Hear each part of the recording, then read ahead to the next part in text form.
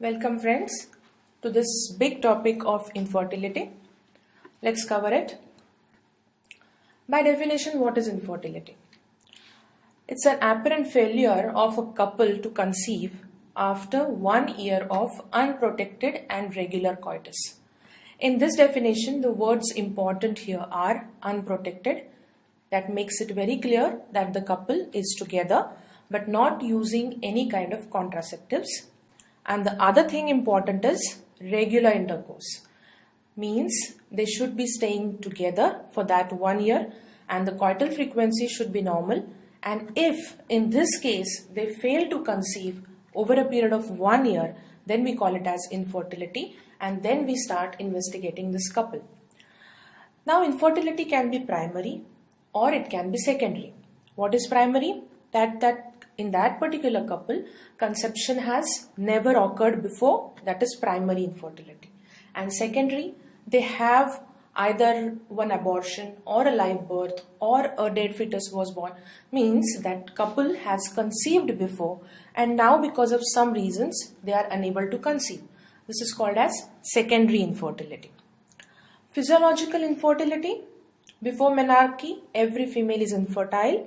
After menopause and during lactational period, these are the physiologically infertile periods because of absence of ovulation.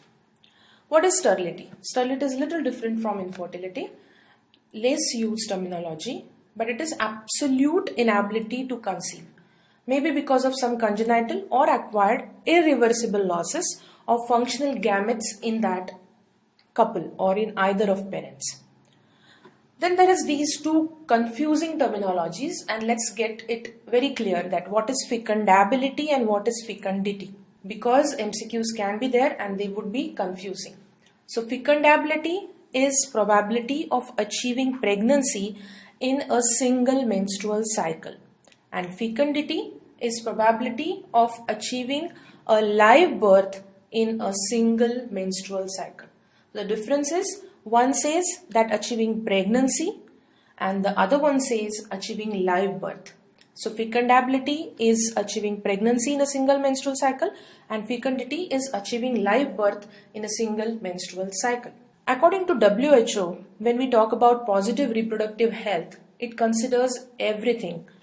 A woman and her state of complete physical, mental and social well-being and just not the absence of disease related to the reproductive tract. So the reproductive health is not just related with the reproductive genital tract health. It is related with her complete physical, complete mental and social well-being. Then only we can call it as positive reproductive health of a woman. Now this incidence of infertility is around 15%. Optimal age of conception is 20 to 35 years in a woman.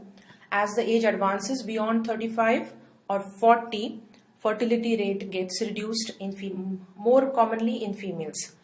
If there is conception, there is risk of chances of malformed baby being formed or chromosomally abnormal child being born, because now the age of the ova is advancing and in that case chromosomal abnormalities become more common. For male, age is less important in comparison with females.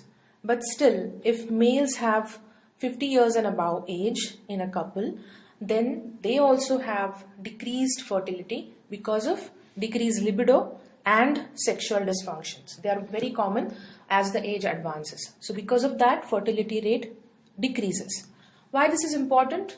Because whatever definition we have applied of 1 year duration, that the couple staying together, having frequent regular coitus without any contraceptives, if they fail to conceive over a period of 1 year, then we say that let's investigate them. They are infertile. But if the age of the couple, either of the parent or the patient in that couple is more, if female is more than 35 years or the male is elderly beyond 45-50 years, then we need not wait for 1 year.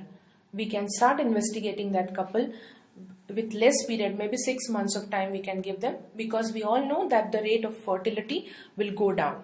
So investigate that female if she is beyond 35 years within 6 months. Understand that in infertility we have two patients together. Everything is together. History taking, we have to take history from both of them because it's a combined disease. It's not that we cannot say let's investigate the female first, treat her and then concentrate on the male. It cannot be done.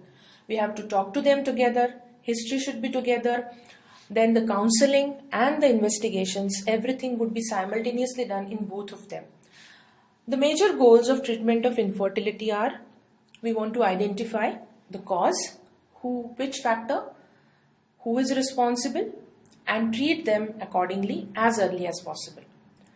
Provide them accurate information in the first stage of counseling only, that the problem is this, the treatment is this, the expenditure is this, and prepare them that they have to go through all these things. We can also talk to them about alternative methods of conception. We have to give them hopes that this is not the end. We can treat many of the disorders. If not, then there are options from IVF to surrogacy. We have to assure them that they are quite capable of having a child, and that generates a positive attitude in the patient, and that helps a lot in treating infertility patient. Now, as you can see on the board, infertility, we have female factors and male factors. And in female factors, two most important factors I have written. There are many, but what I have written is ovulatory and tubal and uterine. So these are two important female factors, and male factor is also very important because it shares almost 30 to 40% of the responsibility of the total infertile couple group. Ovulatory and the problems in ovulation, 20 to 40%. Tubal pathologies along with uterine, 30 to 40%. So let's see first what are the female infertility causes or factors, and then we'll go and see about male infertility factors. Whenever we start interrogating the couple, we have to talk about coital history. After general history, general examination, before examination, but coital history is very important. Sometimes they come with infertility, but when we talk to them about the coital history, we come to know that whatever coitus is taking place is not proper. It's not happening the right way. And that's the simple reason that why they are unable to conceive. Kind of if there is vaginismus. Vaginismus is what? A female is very anxious, or because of some other reasons, because of some pathological reasons, there is hyperesthesia, which leads to spasm of the sphincter vaginae and levatorni muscles whenever she goes ahead with coitus, or you can find this even during pervaginal examination. So in this case, the reason is very simple, that the coitus is not taking place properly. The sperms are not getting deposited where they should be getting deposited, and that's the reason. So there is no point evaluating them further. This is the basic reason. Dyspareunia, that means difficult or painful coitus. There are many reasons, but there is difficulty in coitus or there is pain during coitus, and because of which the coitus is improper, and that's the reason why they are unable to conceive. Fixed retroversion with prolapsed ovaries. Ovaries are prolapsed in pouch of Douglas. There is fixed retroversion, and because of which whenever there is coitus, that causes tremendous pain. Inflamed adnexal diseases, teomasis, abscesses, salpingitis, tubo-ovarian masses, all these can lead to very painful coitus. Pelvic endometriosis, again a main reason for dyspareunia. So in such cases, either the patient is very uncomfortable or she doesn't go for it, she tries to avoid it, that reduces the frequency and that leads to infertility.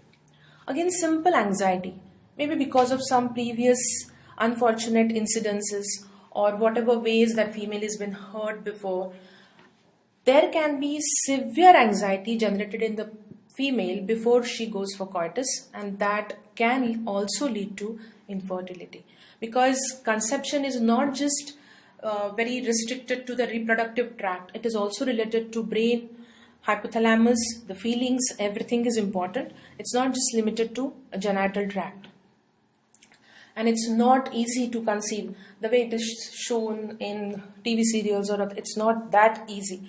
There has to be a complete hypothalamo-axis working together to have beautiful conception to occur in the uterine cavity. Now let's see causes of female infertility one by one. Ovarian factors, as we said, 20 to 40%. So if someone asks a female that you have to be infertile, but I give you a choice that what cause or factor you want to have. This is a stupid thing to talk about, but the message is she should say that ovarian abnormality because it is most common, and the fortunate thing is it is treatable. That's why this is a cause which she can ask for. Why I gave you this example is because you should remember this is a cause which can be treatable very easily, and the success rate is very high in this particular cause. Ovaries, they release ova every cycle that gets picked up by the fallopian tube, and then sperm ascends and there is fusion. We all know this. But if this egg is not getting released, how there would be conception? That's the whole theory. So in ovarian causes, if there is an ovulation, there will not be conception. It is the most common cause, very important from MCQ point of view, and it is the treatable cause. So remember ovarian factor as the fortunate cause of infertility. What are the things, or what are the problems which will lead to an ovulation? Very common, PCOD, that is polycystic ovarian disease, in which the ovum, the Graafian follicle, is developing to a certain stage but not going further, and there is accumulation around the periphery of the ovary, and ovulation is just not taking place. Periods are irregular. She will say in menstrual history that she has irregular periods, maybe every 1.5 months or 2 months or 3. Usually they are painless. There can be metropathica kind of picture, that amenorrhea followed by very heavy menses. So that will suggest us that maybe this patient is having PCO. There would be other factors like obesity, acne, hirsutism, along with these menstrual symptoms, which will guide us that she may have PCOD. There can be luteal phase defect, progesterone deficiency. Progesterone deficiency leads to defective implantation, and thus there will be no conception. Hypothyroidism, hyperprolactinemia, uncontrolled diabetes, these are all endocrine causes which will also lead to an ovulation. Hypothalamus is the one from where the whole menstrual cycle starts. Hypothalamus secretes GnRH, which goes and acts on pituitary. Then secretes gonadotroph in the form of FSH and LH, which goes and acts on the ovary. And then there is selection of the follicle and ovulation takes place. But if this hypothalamus is not working properly, there is dysfunction. The common example is Kallmann syndrome. In that particular case, there will be an ovulation. Luteinized unruptured follicle. Again, luteal phase defect and ovulation. Periovarian adhesion, there would be ovulation, but because of these adhesions, either the ovum is not getting released, or maybe tubes are just unable to pick up the released ovum. So these are ovarian factors which will lead to infertility very commonly. Now let's see the other important chunk, tubal factors. Now tubes have very important role in fertility, that they have the fimbria, they have to pick up the released egg, take it through the tube with the help of the ciliary movements of the ciliated epithelium of the fallopian tube. It carries, the sperm ascends, there is fusion. The embryo in early stages has to be transferred to the uterine cavity by again the ciliary movements. So if the tubes are blocked, either partially or completely, both the things will not happen and there would be infertility. What are the causes of tubal block? Most common, any cases? In country like India, tuberculosis is so very common, and genital tuberculosis is the cause of blocked tube. A question can be asked that how are the ways tuberculosis affect the fallopian tubes? So usually by blocking the tubes. What are the other disorders? Yes, the genital infections, PID, commonly salpingitis, and the common organisms are gonorrhea, chlamydia, and you can't forget ureaplasma. So these three names, they are together, always taken together whenever we talk about infertility and salpingitis. They have the common infections and they damage the ciliary epithelium, and the tube, even though it's patent, actual function, physiological function is lost, and thus it will lead to infertility. These infections can reach, either they are sexually transmitted infections or maybe because of post-abortal or post-delivery sepsis. So even in puerperal sepsis, if these infections happen and they go and damage the tube, then the patient will land up in secondary infertility. Endometriosis. We all know in endometriosis, the endometrial implants are outside the uterine cavity.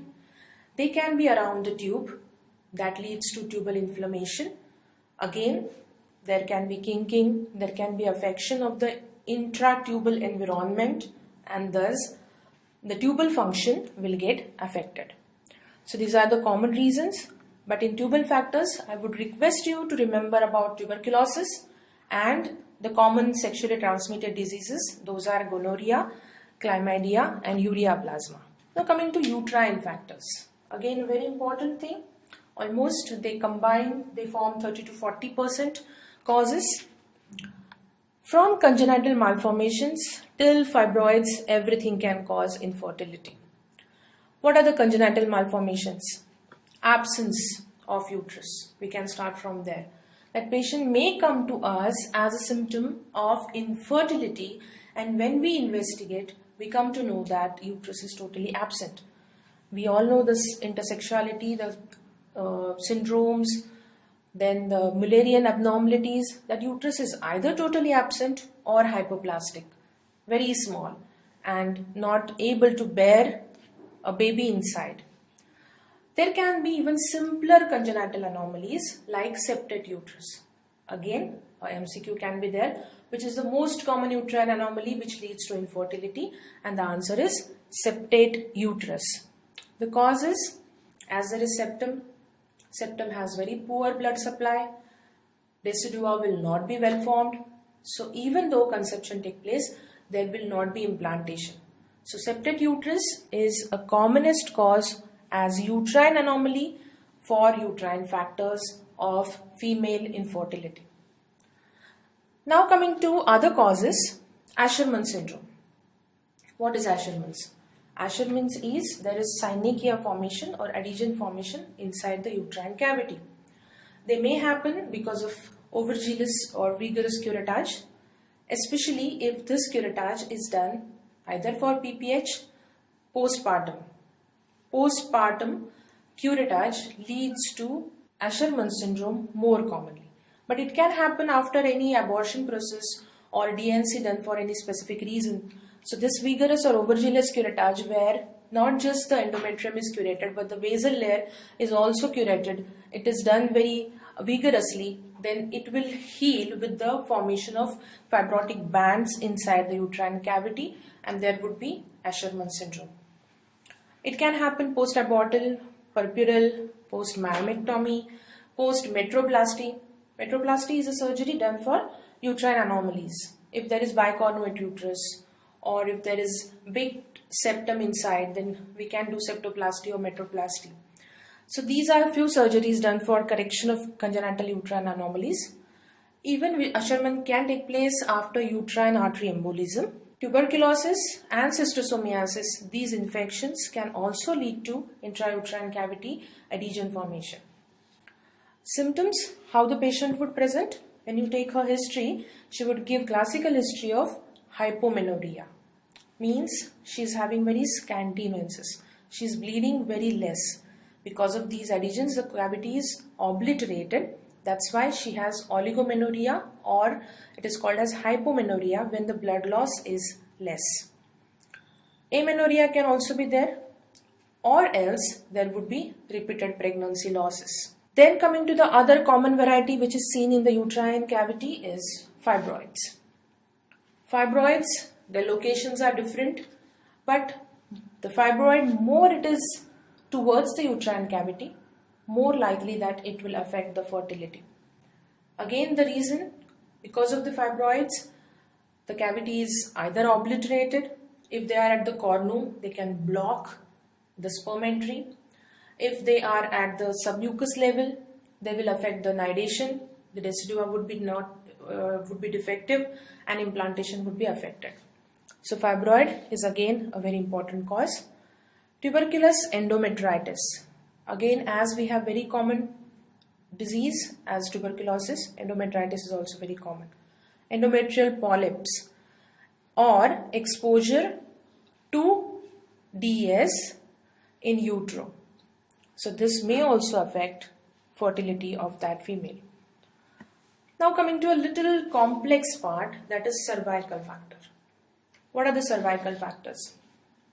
We all know that after coitus, semen gets deposited in the posterior fornix, and sperm, they have this reaction with the cervical mucus. If there are antibodies present in the cervical mucus against these sperms, then naturally the forward movement of the sperms would be affected and there would be infertility. So this is presence of anti-sperm antibodies in the cervical mucus, which will lead to non-motile or non-progressively motile. They may be motile, but the movement will not be progressive. There will be just shaky or rotatory movement of the sperms would be seen. But what is required for fertility is we want them to have progressive movement further, because sperms have to travel from the cervical external os till the fallopian tube in a stipulated time. We all know that egg survives for 24 hours, sperms may survive for 48 to 72 hours. So whatever has to happen, it has to coincide in this particular period, then only there would be conception. And in this case, if they fuse together, we want the endometrium, the decidua, to be very receptive. Then only this embryo will come and get rested or implanted in the uterine cavity. If something goes wrong in between, there will not be a conception. So for this, we want a sperm's particularly progressive movement, which gets affected due to the presence of anti-sperm antibodies. Infections in vagina and cervix, kind of chlamydial cervicitis, they also impair the spermal motility, progressive motility. If the cervical mucus is absent totally, maybe because of the cervix has been amputated in further gills, or because of some CA cervix, CIN, I should not say CA cervix, but if there was a CIN detected, 1 or 2, and then the portion of the cervix is either ablated or excised, in that case, cervical glands are absent and there is total absence of cervical mucus. Cervical mucus is very important for a conception to take place. So absence of this will affect sperm motility and that will lead to infertility. Even sometimes, because after these procedures of ablation or excision, there can be a simple cervical stenosis. It gets closed totally, the os, and it will avoid sperm entry upwards. That will lead to infertility again. Other causes like peritoneal causes, in which there would be endometriosis as a important cause and commonly found. Almost 50% of infertile patients, when we investigate either by laparoscopy or some other methods, we find that endometriosis is present in them. That usually makes the peritoneal environment hostile. There are endometriotic patches. They are releasing this chocolate kind of substance, tarry secretions. Then there is presence of tumor necrotizing factor, interleukins, phagocytosis takes place. The sperms, they get phagocytosed. So the whole environment, which is actually sperm friendly or very friendly for conception, becomes hostile because of presence of this endometriotic disease. Other important thing, they cause adhesions, either peritubal or pelvic adhesions, because of which the tube, even though it appears patent, the tube gets stretched, kinked. For having physiological function, the tube has to have that wavy pattern. It should be freely mobile in the peritoneal cavity, and that ciliary action should be very swift. But because of these adhesions, these movements, they get affected. Tubes is either stretched or kinked, or there is partial or complete blocks, and that affects the fertility. In general, chronic ill health of the female will also lead to infertility in the form of hypothalamic or pituitary diseases, severe hypothyroidism, or adrenocortical dysfunctions. So these were major causes of female infertility. Now we are going to investigate her further. We are going to see that how we should draw the history, what should be the points to be focused on examination, and then how we should investigate her. So in the history, age, menstrual history is very important. Age is important, we have already explained. Menstrual history will tell us whether she is having ovulatory menses or anovulatory menses. We should always rule out history of tuberculosis, diabetes, thyroid diseases in that particular female. Then coital history, in which we should ask about the frequency, whether the coitus is taking place properly, is there any history of contraception being used. So this history guides us going towards which factor is involved in that particular couple. Then when we examine the patient, we should take height of the patient first, because most of the syndromes, you know, height is quite important to diagnose certain syndromes.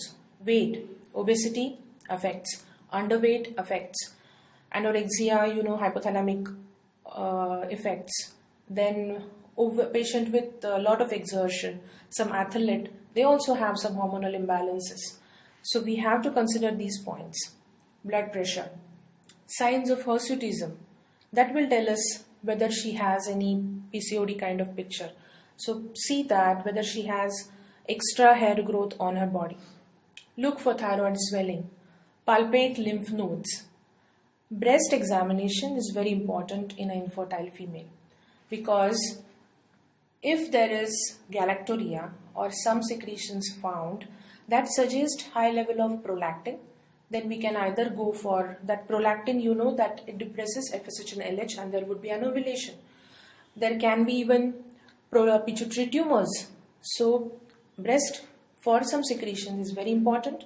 Again, from the breast growth, you can get some clue towards any syndrome present in that particular patient. Even periareolar hair would suggest of PCOD. So don't miss breast examination in these patients. Per abdominally, we have to palpate her to rule out any pelvic masses, maybe fibroid or ovarian tumors. PV examination should be bimanual. Per speculum, look for any evidence of any local infections. Then bimanual examination, see how is the uterus, size of the uterus, mobility in the fornices, if there are any masses, again ovarian, tubal, endometriotic. Rule out any pathology. If there is fornicial tenderness, then it may suggest PID. So these are the things which we should rule out on examination. Now we will stop for a while and then we will see how we are going to investigate for each cause individually with the special tests available. Thank you.